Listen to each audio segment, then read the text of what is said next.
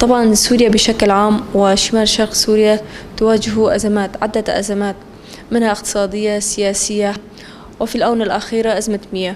الآن نحن نواجه أزمة مائية جدية. فكهيئة الإدارات المحلية اتخذت عدة إجراءات من خلال توجيه الهيئات واللجان عبر التنسيق أو عبر الاجتماعات، أو خاصة الاجتماعات التي حصلت بيننا وبين الهيئات واللجان بمناطق الإدارة الذاتية. فأول هذه الإجراء كانت دعم المحطات المياه ومضخات المياه بمادة المازوت. طبعا هذه المحطات كانت مدعومة بخط خدمي، لكن بسبب انخفاض منسوب المياه بسد الفرات أدى إلى انقطاع الكهرباء المستمر، فأدى إلى قطع المياه بشكل مستمر عن الشعب. فتم دعم هذه المحطات والمضخات بمادة المازوت ليتم العمل بساعات أطول عن السابق. وأيضا تم توجيههم بإرشاد الشعب بعدم هدر المياه بكميات كبيرة، لأننا فعلا نواجه أزمة اقتصادية. وأيضا تم إضافة إليها أزمة المياه. فإذا لم نتخذ هذه الإجراءات أو لم نلتزم فيها سنواجه كارثة إنسانية، ناقوس وخطر يدق على أبواب كل بيت بمناطق الإدارة الذاتية لشمال وشرق سوريا. طبعا نتمنى من الشعب أنه يتخذوا هذه الإجراءات ويلتزموا فيها، نتعاون مع بعض لحتى نقدر نتجاوز هاي المشكلة. يعني الأزمة مستمرة، انقطاع مستمر، انخفاض المنسوب المياه يوما عن يوم عم ينخفض ويقل. بالإضافة تم تفعيل ضابطة مخالفة المياه بشكل أكبر، وزيادة الكوادر بها، والجولات مستمرة في أي وقت مستمر لضبط المخالفات، سواء كانت برش المياه بالشوارع بشكل أكبر، وأيضا بغسل السيارات، وأيضا بالخطوط التي تم سرقتها، يعني من الخطوط الرئيسية خطوط المياه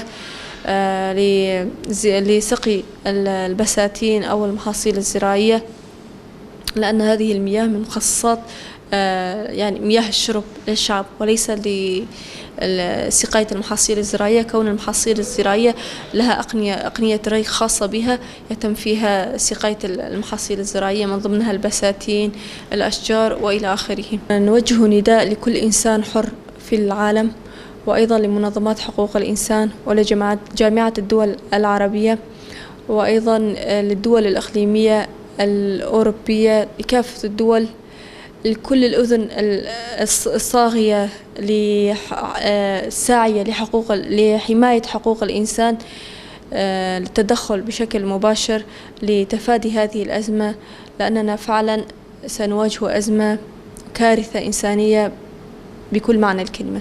الاتفاق ينص على أنه حصد سوريا والعراق من نهر الفرات، من مياه نهر الفرات حوالي 500 متر مكعب بالثانية، حوالي 500 متر مكعب بالثانية. لكن الآن بالنسبة لهذا متحول بالنسبة للظروف السياسية والتوازنات الدولية بالعالم بشكل عام، وتركيا تستغل هالمسألة هاي بشكل يعني انه كضغط سياسي على الشعب السوري، على سوريا بشكل عام، على الشعب السوري. الورد المائي الآن حوالي 200 متر مكعب بالثانية، يروح ينقص منها بنسبة تبخر حوالي 40 لل 50 متر مكعب بالثانية، حوالي 55 متر بالثانية تبخر. في عندنا الري حوالي 80 متر مكعب بالثانية الري، مياه شرب حلب، بالإضافة إلى المصاريف الثانية. إذن إحنا هلا بالأساس عم نصرف من المخزون الاستراتيجي بشكل عام. في انخفاض كبير بمنسوب المياه، كلياتكم شفتوا على التلفزيونات والصور اللي شفتوها. يعني نهر الفرات تحول إلى مستنقعات، يعني حتى مجرى النهر صار صغير جدا وما بمياه. فالمسألة هي وقت، يعرفون أنه هالمسألة الوقت صيف، ونحن كلياتنا بحاجة للمياه. الحاجة بالصيف تزداد بالصيف تزداد الحاجة للمياه بشكل عام، بشكل عام تزداد الحاجة للمياه سواء من ناحية الشرب أو من ناحية الزراعة تزداد. انخفاض منسوب المياه بشكل عام أثر بشكل سلبي كبير جدا على كل المنطقة، كل منطقة، كل سوريا تقريبا ممكن نحكي هيك. استمر النقص بهذا الشكل أو استمرت على هالحالة، على يعني ما ازداد الورد المائي، راح تكون التداعيات كارثية على الشعب السوري بشكل عام. التداعيات راح تكون كارثية، وراح تأثر بشكل كبير جدا على حياة الناس، لأن الناس مناطقنا بشكل عام، مناطق سوريا بشكل عام وبالأخص شمال شرق سوريا كل الناس عايشة على الزراعة. مناطق الراقة، دير الزور، تتأثر بشكل كبير جدا بهالمسألة هاي. الانعكاس يكون بشكل مباشر على هالناس، على الناس، على الزراعة.